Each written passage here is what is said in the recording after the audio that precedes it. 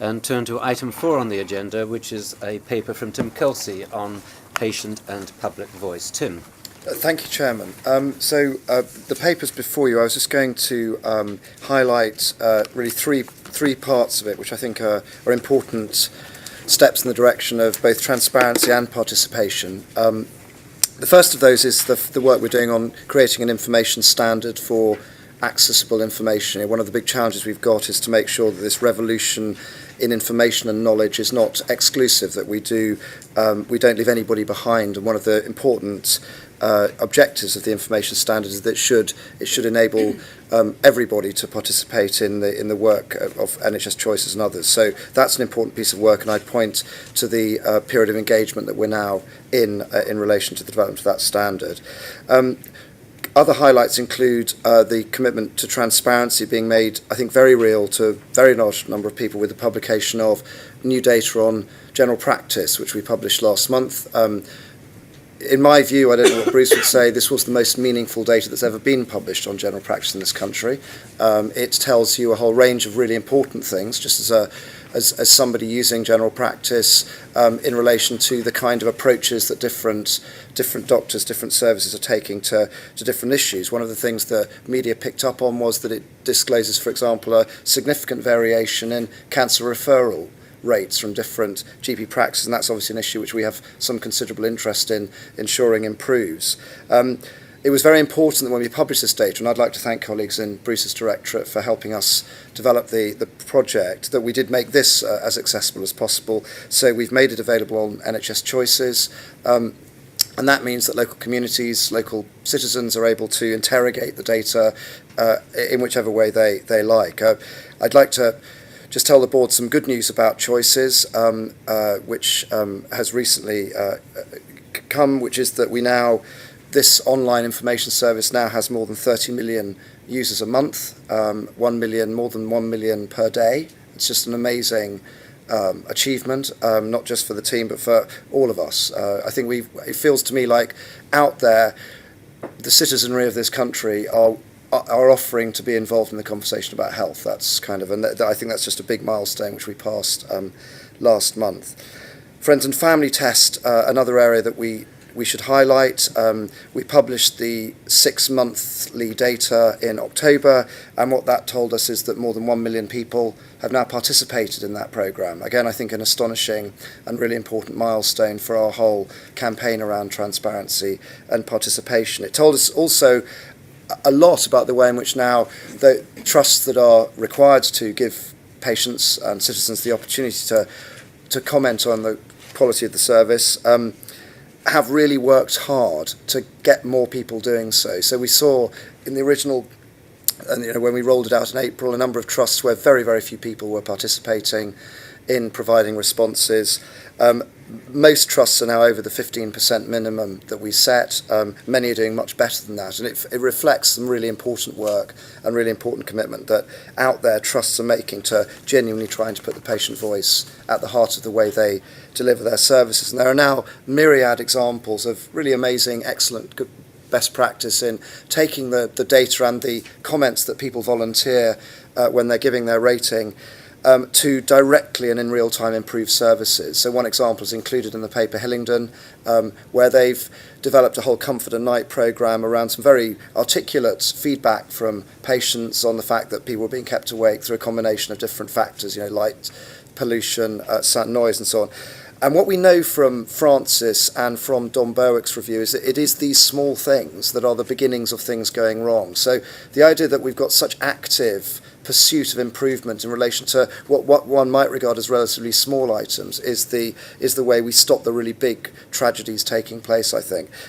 There's one particular small item which I think is more than small, which I just note. Hull, the trust in Hull, very quickly realised after Friends and Family started that the relatives of bereaved people were being charged for car parking as they waited, in the hospital following the death of their relative. And clearly that's just totally unacceptable. So Hull has now introduced a scheme to ensure that relatives in that terrible situation get free car parking. But it's those sorts of things which I think speak to a new really engaged health and care service, and we progress towards the objective of there being a culture of truly authentic citizen and patient participation. And one final point in relation to this month, which isn't in the paper, but I think is worth noting for the board, we finally had approval from the Treasury to release funds to incentivise hospitals to start taking the digital revolution seriously. This is very much focused on giving clinicians the sort of digital tools that will help them improve the safety of their practice in hospitals. The first tranche amounts to around £260 million of capital funding for technology innovation in hospitals, and we announced the first tranche of those trusts 2 weeks ago. So more than 100 trusts will now be developing new programs around digital services, which I think is another really important milestone. I was just going to finish by demonstrating progress on two very important initiatives which help bring the voice of the citizen right into the heart of the way NHS England does its business. And perhaps we could put there we go. So you'll remember that we talked about the patient insights dashboard some months ago at the board. This is now a live tool which is available to anybody, not just NHS England staff, but anybody at all. The website for which, just for noting, is insights.england.nhs.uk. What this does is two things. It first of all tells us here in real time about the kind of conversation that's being had about a variety of different things, the NHS in this case, across social media and from other sources. So you'll see down here, for example, that YouGov run a monthly survey for us, which gives us a sense of the degree to which people are satisfied with the hospital treatment. And you can see, actually, they're not as satisfied as people might think. 54% being very satisfied is not a cause for complacency. And these are important, real, longitudinal tools. On this side, obviously, we have the Twitter feed, and in fact, I've just seen some tweets from this meeting being posted as we speak. The tool breaks out other data we have. Again, not all of this real time, but we turn the data around where it's annual or monthly so that there is a constant refreshment of the information. But again, these are tools about what patients and staff specifically, as opposed to just the general public, are telling us about the quality of services. Here's a Wordle. These are the keywords that are being identified in positive and negative commentary on NHS choices, for example. I know of no other public service that does this, and I think these tools are vitally important to the way we honestly hold ourselves accountable for the way in which the public and the patient are thinking and asking us questions about how services can be developed and improved. That's one tool, so I'd encourage board members to go online to take a look, feedback, comments. This is in a state of constant improvement. We will start now reporting regularly from this in the board paper as to different trends in the way people are reporting to us. There's another tool which is a tool which we've just released, which is not at the moment available for everybody, but it is available to board members should they be interested. This is the kind of tool that most Fortune 500 and FTSE 100 companies have. It is a standard part of the business intelligence of most large organisations.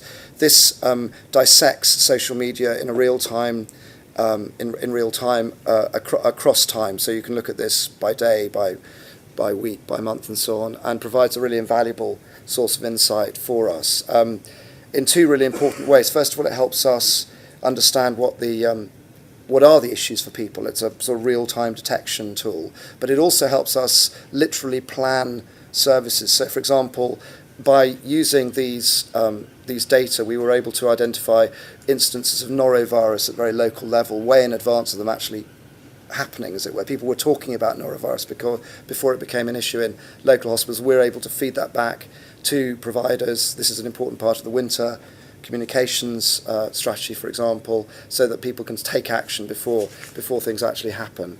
And just to give you a sense of, I was just looking earlier for Jane. So here's the 6 C's. I know we're about to talk about it. So currently, compassion in practice, the 6 C's are getting this kind of profile. There have been 3,000 posts about it in the last 7 days. 82% are positive, and largely women rather than men. But it's just, I think, a really important tool. And again, board members are welcome to have this as an app on their phone or on their iPad. Tim, thank you very much.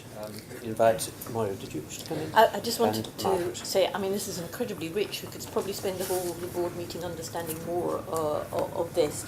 But I probably was most cheered by the example from the Hillingdon hospitals, really. And I just wondered, Tim, how other people will know about that. They may be watching the live stream right now, but is there a method of capturing and communicating back out to the field, as it were, those sorts of developments? Yeah, so do you want to? Well, so we work very closely with the Director of Patient Experience and Jane's team, whose a precise, in a way, role is to make sure that these examples are disseminated across the health service. So there is a big push to make sure we know and distribute sort of examples of this kind of thing, and there are many of them. Jane, do you want to? No, just what I was going to say. I mean, Neil Churchill and his team, who are based in regions as well, will actually are tasked with the improving aspect of the patient experience, and so we are spreading that. We've got a whole work stream in compassionate practice about improving patient experience. 6E's live website. There are plenty of opportunities to share, but this is exactly what we need to do: is to replicate and to show people what's possible when they look at and act on patient feedback quickly. Margaret. And Kieran. Fantastic amounts of work going on, Tim, and the extent to which people who have access to the digital media are responding is really impressive. Can you just tell us a little bit about how we will improve access for those who are in deprived situations and don't necessarily have easy access to the digital media?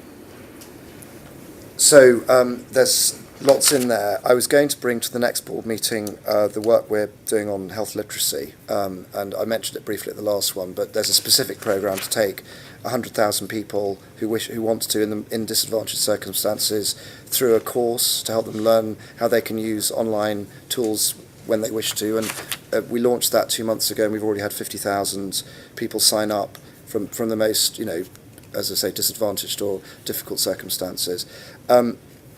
The other piece is that we are, developing a whole series of kind of mobile, phone-based opportunities for people to engage. Because, to be honest, we now have something like 110% coverage of mobile phones in our population. So there are some misunderstandings about the degree to which people, on the whole, are in circumstances where they don't want to or cannot engage with this sort of media. Obviously, there are some, but it's a much smaller group than you might at first think. The bigger issue is really helping people who do have mobile phones or iPads or whatever to learn more about how they can participate in the whole health and care service. Kieran. It's brilliant. I love it. Is there any risk that listening to patients, engaging patients is kind of boxed in your directorate, and we don't do the co-creation across the rest of NHS England as well? Well, I think that's a really good point, and I think that we have reached a point now where everybody in our organisation regards this as the most important thing. That when they plug themselves into their objectives, I think people really do personally engage with the idea. This is about patients. It is about citizens, and I think we're in a good place there. I think to some extent, when we get to the planning guidance shortly, you'll see the way that is so focused on the patient objective, the public objective. I mean, there's a long way to go, but I do feel we've made real progress, and I do feel people are genuinely committed to that objective. Right, Tim, thank you very much. I think the paper and your presentation demonstrate critically the sheer importance of data that we already hold but haven't used intelligently, new data that we're now generating, and the way in which those data can be used to transform the patient experience, which is, after all, why we're all here. So thank you very much for that.